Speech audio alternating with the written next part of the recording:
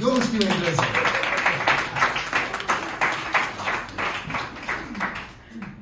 Ok. Nu știu de ce am întrebat dacă știți engleză, că eu vorbesc românește. Ok. Comedie într-un beci, în față. E fain. Yeah. Original sunt din Florida. Și am venit în România prima dată în 1997 ca să predau la Universitatea în Timișoara. Și, bineînțeles, n-am scăpat fără să mă căsătoresc cu o româncă. Voi vedeți, dar n-ați stat cu ea. Yeah.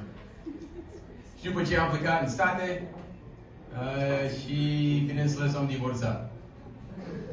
Și povestea amuzantă este, după divorț, americanul s-a întors în România și românca a rămas în America. Da. Și prima mea dată cu un taxi în România era chiar aici, în București, la gara.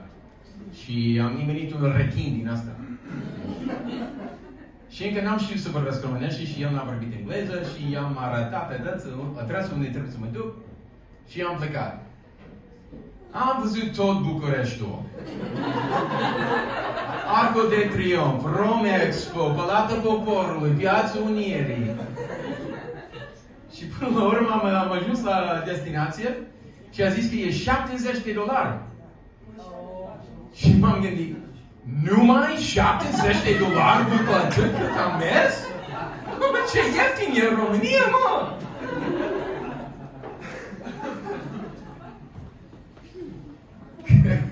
Cred că am avut o ștampilă pe frunte. Fraier!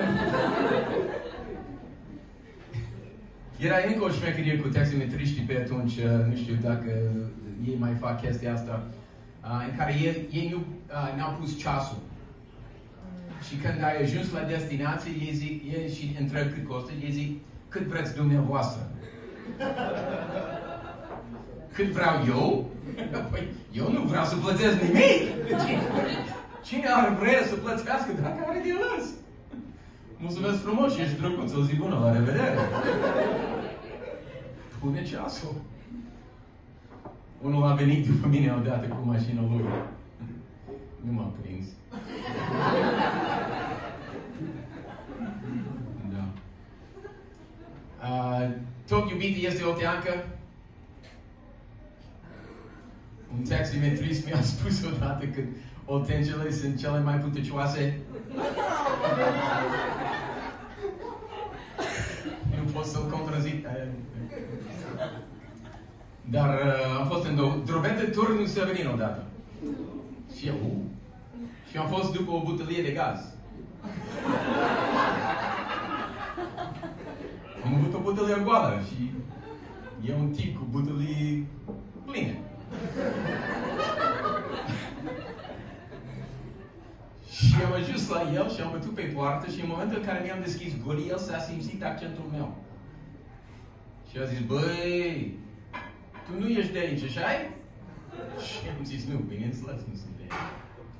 Și a zis, de unde ești? Din Banat?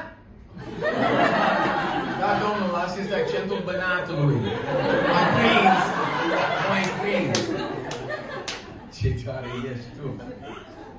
Da. Și iubita mea are o melodie preferată.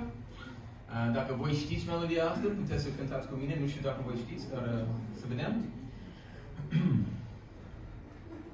Am o casuță mică, așa, așa, așa, și cum se ridică, așa, așa, așa, și bat la ușă casă, așa, așa, așa, și mustruiesc pantofii, așa, așa, așa.